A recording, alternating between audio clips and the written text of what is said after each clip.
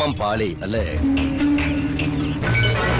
ജാമ്യത്തിലിറങ്ങിയതും Poojappura jail വളപ്പിൽ വെച്ച് തന്നെ തീർക്കണമായിരുന്നു. ചെമ്പട്ടിൽ പൊതിഞ്ഞ അവന്റെ ജഡമായിരുന്നു ഈ നാട്ടിലെത്തേണ്ടിയിരുന്നത്. കയ്യിൽ കുടുങ്ങിയതാ, പക്ഷെ അവൻ രക്ഷപ്പെട്ടു. കോറോത്ത് രാഘവന്റെ കുരുതി കോഴിയ. അവൻ അടങ്ങിയിരിക്കില്ല. ഇതിനൊരു തിരിച്ചടി ഉണ്ടാവും, സൂക്ഷിക്കണം. ഹരീന്ദ്രന്റെ ജീവൻ എന്തെങ്കിലും സംഭവിച്ചിരുന്നെങ്കിൽ ഞാൻ സ്ഥലത്തിലേതായി പോയി. നരനായിക്കൾ അവന്റെ ജീവന് വേണ്ടി കൊലവിളി നടത്തിയപ്പോ എവിടെയായിരുന്നു നീയൊക്കെ? ഇപ്പൊ ഞാൻ ഈ കുപ്പായിട്ട് ഞെളിഞ്ഞിരിക്കുന്നത് അവൻ ചെയ്ത ത്യാഗ.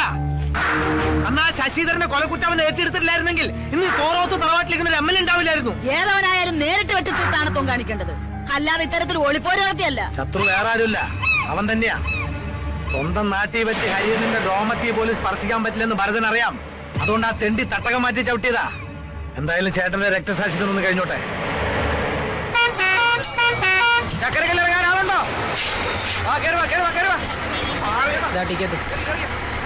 പോട്ടെ പോട്ടെ. Hello hello, ticket. ഏത് വകുപ്പില്? ഓഹോ, ഡ്യൂട്ടിയിലിരിക്കുന്ന അനന്തം പോലീസിനോട് വകുപ്പ് ചോദിക്കാൻ മാത്രം ആളായോ താൻ? നാട്ടിൽ നിയമം നടപ്പാക്കാൻ 24 മണിക്കൂറും ഈ ഉടുപ്പ് വിട്ട് ഡ്യൂട്ടി നോക്കുന്ന ഉദ്യോഗസ്ഥനാ. വകുപ്പ് ഞാൻ പറയണോ? ഏത് വകുപ്പായാലും ശരി, യാത്ര ചെയ്യാൻ ടിക്കറ്റ് എടുക്കണം. ചേട്ടാ, തർക്കം വേണ്ട, ഈ ടിക്കറ്റ് ഞാൻ എടുത്തോളാം. വേണ്ട, അനന്തം പോലീസിന് ആളുടെ ഔദാര്യം ആവശ്യമില്ല. ഒരു നിയമപാലകന്റെ അവകാശമായത്. ഞാൻ ഇതിൽ തന്നെ യാത്ര ചെയ്യും. Veterinary doctor? അതെ. എവിടുന്ന്? നാട്ടിൽ നിന്ന് വരിക. സ്റ്റേഷനിൽ ഇറങ്ങിയപ്പോഴാ ഓട്ടോ സ്ട്രൈക്ക് ആണെന്ന് അറിഞ്ഞത്. ഇതല്ലേ വർഗം. ഒരു ഇന്റലിജൻസ് മെസ്സേജ് ഉണ്ട്. ഏത് നിമിഷവും അവർ ഈ നാട്ടിലെത്തും. എനിക്ക് ബസ് സ്റ്റാൻഡ് ഒന്ന് സെർച്ച് ചെയ്യണം. അങ്ങോട്ട് പോവാ. Message. Hello, Anantham police speaking. എല്ലാ ബസ്സും അരിച്ചു പറക്കണം. പെർമിഷൻ ഇല്ലാതെ ഒരു ബസ്സും സ്റ്റാൻഡിൽ കയറാൻ അനുവദിക്കരുത്. ഓവർ. അതെ, വട്ട് കേസാ. അയാൾ തെരഞ്ഞെടുക്കുന്നത് സ്വന്തം മോനെ തന്നെയാ. അവൻ ജയിലിൽ നീ നാട്ടിലെത്തി കഴിഞ്ഞു. ആരാ? ഹരീന്ദ്രൻ. ഞാൻ എത്തിക്കൊണ്ടിരിക്കുകയാണ്. സുഹൃത്തുക്കളെ, വിദേശ ബീജത്തെ ഒറ്റപ്പെടുത്താൻ ഒരു കൈ സഹായിക്കുക, നേടൽ കൊണ്ട് നേടി നിർണ്ണയിക്കാൻ ഒരു കൈ സഹായിക്കുക എന്നീ മുദ്രാവാക്യങ്ങളുമായിട്ട് ഒച്ചിറ വേലി കഴിക്കുന്ന മൊബൈൽ നിരാഹാര സമരം പുതിയ വഴിത്തിരിവിലേക്ക്.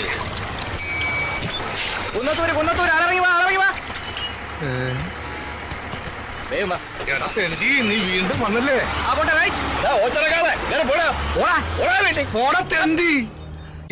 മൃഗവൈദ്യ, ഇപ്പൊ ഞാൻ പിടിച്ചിരിക്കുന്നത് അങ്ങ് കേന്ദ്രത്തില. ഒന്നുകിൽ നിനക്കൊരു ട്രാൻസ്ഫർ, അല്ലെങ്കിൽ നിന്റെ വീട്ടുകാർക്കൊരു ബോംബ് പൊട്ടിയ ഡെഡ് ബോഡി. ഏത് വേണമെന്ന് നിനക്ക് ഇപ്പൊ തീരുമാനിക്കാം.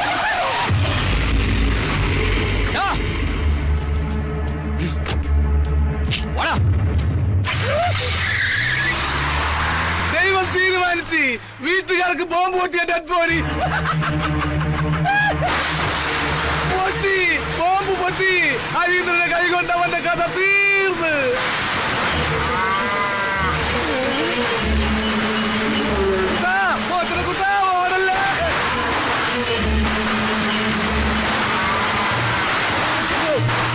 ഓടല്ലേ. ആരിക്കാല ഒന്ന് നിന്നേ. നിന്റെ വിത്തുകളെ കൊണ്ട് കുത്തി കൊല്ലിക്കാനല്ലേ? അല്ല, ഈ നാട് ഞെട്ടിക്കുന്ന സത്യം പറയാനാ. നിന്റെ അമ്പളിക്കുട്ടിക്ക് ഏത് ടൈപ്പ് കുഞ്ഞുങ്ങളെന്നാ പറഞ്ഞത്? അമേരിക്ക, ചൈന, ജപ്പാൻ, പത്തനംതിട്ട, ഏതാ?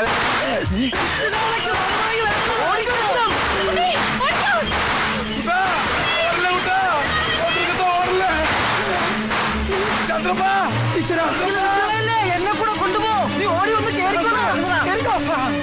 വിട്ടോ. വിത്തുകളെ ഉന്നം വെച്ചിരിക്കുന്നത് എത്തമ്മയാടാ. പണ്ടേ അവനൊരു കണ്ണുള്ളതാ. സ്പീഡനെ ഉറപ്പാ. നീ എന്തിനാണ് എത്ര സ്പീഡാ പോകുന്നത്? കാല രത്നമ്മയുടെ പുറകെ പോയി. ബ്രേക്ക് ഞാൻ എപ്പോഴേ പിടിച്ചേനെ. അപ്പം ബ്രേക്ക് ഇല്ലേ? നിർത്തരുത്. ഇത്ര സ്പീഡിൽ എങ്ങോട്ടേക്കാ? ആ കരിങ്കണ്ണ വേലുവിന്റെ കാളയിട്ട് ഓടിക്കുവാ. ആണോ? മാറി ബ്രേക്ക് ഇല്ല. വണ്ടി സ്റ്റാൻഡിൽ വെച്ച് സൈക്കിളോട്ട് പഠിക്കാനാ. അയ്യേ, സ്റ്റാൻഡിൽ നിന്ന് ഇറക്കിയില്ലേ?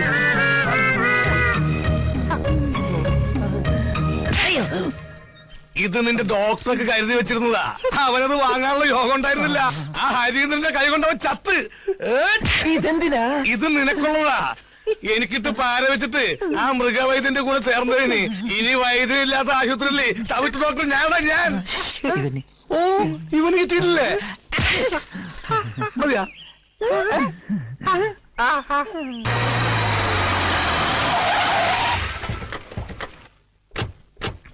ഇത് ഗൗതം, ഇവനാണ് എന്നെ രക്ഷിച്ചത്. ഇവിടുത്തെ വെറ്റിനറി ഡോക്ടറാ. അറിയാം. ആള് നമ്മുടെ അനുഭാവിയാ. ആഹാ, ഇടം മിടുക്ക. അതെന്താ താൻ അന്നേ പറയാതിരുന്നത്? ബ്രഹ്മാവിന്റെ ആയുസ ഹരീന്ദ്രന്. അതുകൊണ്ടല്ലേ അന്യനാടായിട്ടും ശത്രുക്കളിൽ നിന്ന് രക്ഷ നേടാൻ നമ്മുടെ ഒരാള് തന്നെ തുണയായിട്ട് അവിടെ എത്തിയത്. ഞാൻ എന്ത് സഹായമാ ഇതിന് പ്രതിഫലമായിട്ട് നിനക്ക് ചെയ്യേണ്ടത്? ഇവിടുന്ന് ട്രിവാൻഡ്രത്തേക്ക് ഒരു ട്രാൻസ്ഫർ പറഞ്ഞോളൂ. ചെറിയ പ്ലീസ്, പകരം ചെയ്യേണ്ടവൻ ഞാനല്ലേ. തൽക്കാലം കുറച്ചുനാൾ ഇവൻ ഇവിടെ നിൽക്കട്ടെ, എന്റെ ഫ്രണ്ടായിട്ട്. എപ്പോ ട്രാൻസ്ഫർ ആണെന്ന് ഹരീന്ദ്രൻ തീരുമാനിക്കും. വാടാ.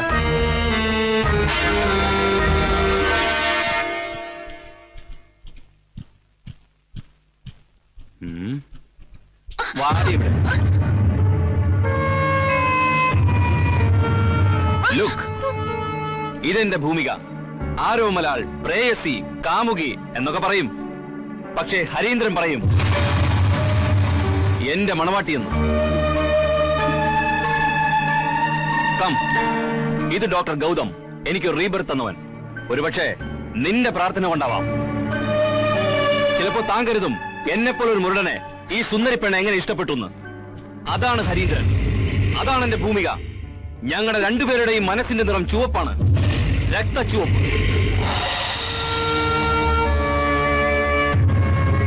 നമ്മുടെ പ്രസ്ഥാനത്തിന് വേണ്ടി, വ്യക്തിപരമായി പറഞ്ഞാൽ ഈ തറവാടിന് വേണ്ടി, എനിക്ക് വേണ്ടി എല്ലാം ഉപേക്ഷിച്ച് സജീവമായി എന്തിനും ഏതിനും മുന്നേറി നിൽക്കുന്ന നമ്മുടെ ഈ ഹരീന്ദ്രന് ഈ കുടുംബത്തിന്റെ എല്ലാമായി എന്റെ ജ്യേഷ്ഠന്റെ മകൾ ഭൂമിയെ വിവാഹം ചെയ്തു കൊടുക്കാൻ നിശ്ചയിച്ചിരിക്കുന്ന വിവരം നിങ്ങൾക്ക് അറിയാവുന്നതാണല്ലോ. ചേട്ടന്റെ രക്തസാക്ഷി ദിനത്തിന്റെ അന്ന് നമ്മുടെ മുതിർന്ന നേതാവ് നമ്പ്യാർ സാറിന്റെ സാന്നിധ്യത്തിൽ രണ്ടുപേരുടെയും വിവാഹം നടക്കുന്നതാണ്.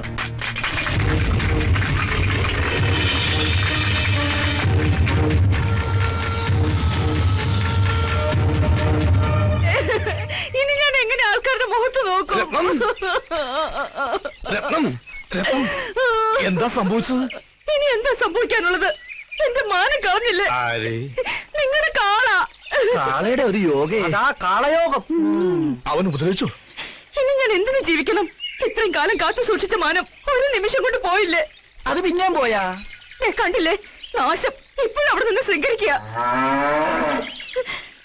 അമ്പട കള്ള, കാര്യം ഒപ്പിച്ചല്ലേ? ഭാഗ്യവാൻ. അടുത്ത ജന്മമെങ്കിലും നീയായിട്ട് പിറന്നാ മതിയായിരുന്നു.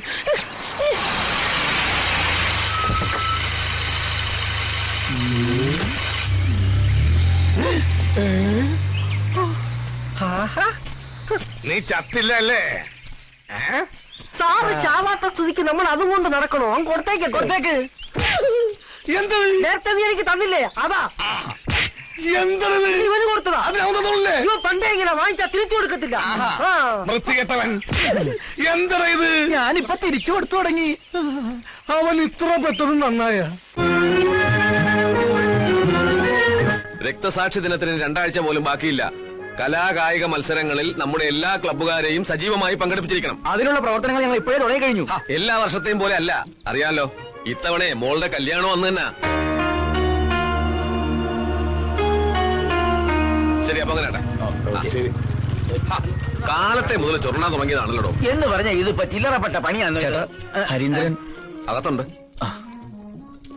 അല്ല ജോസേട്ടാ, ഇങ്ങനെ അതെ, എന്തു തന്നെയായാലും കല്യാണത്തിന്റെ അന്ന് കേരളത്തിലെ എല്ലാ ജയിലുകളിലും നമ്മുടെ പാർട്ടിക്കാർക്ക് ഗംഭീരമായിട്ടൊരു സദ്യ കൊടുക്കണം. അല്ല, കല്യാണം കഴിഞ്ഞാലും നമ്മുടെ മണവാളം പൊറുക്കേണ്ടത് അവിടെയാണല്ലോ.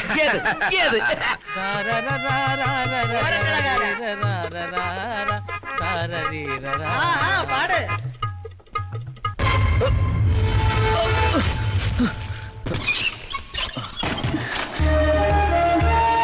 എല്ലാം അറിഞ്ഞല്ലോ. അറിഞ്ഞു. നിന്നെ കാണാൻ തന്നെയാണ് ഞാൻ വന്നത്. എനിക്ക് വേണ്ടി മരിക്കാനല്ലാതെ ഈ നാട്ടിൽ നിങ്ങൾക്ക് ജീവിക്കാൻ പറ്റില്ല. എന്നിൽ നിനക്ക് വിശ്വാസമുണ്ടോ? എന്നേക്കാൾ. എങ്കിൽ ഞാൻ പറയുന്നത് നീ കേൾക്കണം. എടുത്തുചാട്ടമല്ല, ആത്മനിയന്ത്രണമാണ് ഇപ്പൊ നമുക്ക് ആവശ്യം. വിവാഹത്തിന് ഇനിയും ദിവസമുണ്ടല്ലോ. എന്തെങ്കിലും ഒരു മാർഗം ദൈവം നമുക്ക് തുറന്നു തരും. അതുവരെ നമ്മൾ തമ്മിൽ ഒരടുപ്പവും പാടില്ല.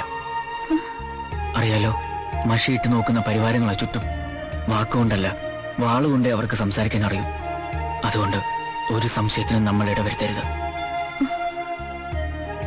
നോക്ക്, ഒന്നും സംഭവിക്കാത്ത മട്ടിൽ വളരെ സന്തോഷത്തോടെ വേണം ഇനി നിന്നെ കാണാൻ. അയ്യോ അച്ഛമ്മ വാ. വാ, വാ. ഇതൊഴിപ്പിക്കോ. ഓ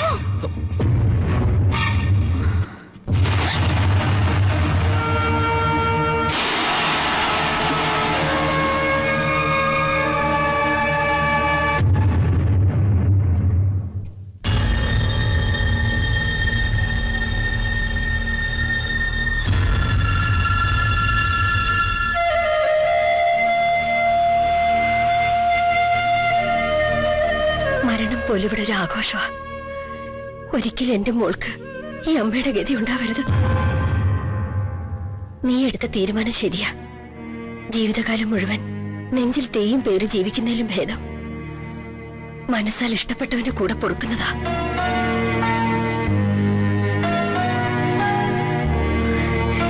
മതി. ഈ വീട്ടിൽ എന്റെ അമ്മയെങ്കിലും ഉണ്ടല്ലോ എന്നെ അറിയാനും അനുഗ്രഹിക്കാനും. എനിക്കത് മാത്രം മതി. വിപ്ലവത്തിൽ തന്റെ അത്രയും അറിവും അനുഭവമില്ലെങ്കിലും താൻ വിശ്വസിക്കുന്ന അതേ പ്രസ്ഥാനത്തെ നെഞ്ചിൽ കൊണ്ടു നടക്കുന്നവൻ തന്നെയാണ് ഈ ഞാനും. സ്വന്തം കുടുംബ ബന്ധങ്ങൾ കണ്ടറിയുന്നവന് മാത്രമേ ഒരു നല്ല ജനനേതാവാകാൻ കഴിയൂ. ഏയ് വേണ്ട, ഇല്ല, കേൾക്കണം. അറിയോ, നാട്ടുകാരുടെ മുന്നിൽ ഇപ്പോ അനന്തൻ പോലീസ് ഒരു കോമാളിയാ. ആ വേഷം എന്റെ അച്ഛൻ സ്വയം കെട്ടിയതാ. എനിക്ക് തിരിച്ചറിവുണ്ടായപ്പോ ഞാൻ തിരഞ്ഞെടുത്ത വഴി നടക്കാൻ എന്നെ അനുവദിച്ചില്ല. അതിന്റെ ആഫ്റ്റർ എഫക്റ്റാ എന്റെ അമ്മയുടെ മരണം പോലും. Never look back. ഒരിക്കലും തിരിഞ്ഞു നോക്കരുത്. തിരനോട്ടമാണ് സഖാക്കളുടേത്. ഇപ്പോഴെന്നല്ല, എല്ലായ്പ്പോഴും. കമ്മിറ്റ്മെന്റ്സിനും സെന്റിമെന്റ്സിനും അവിടെ സ്ഥാനമില്ല.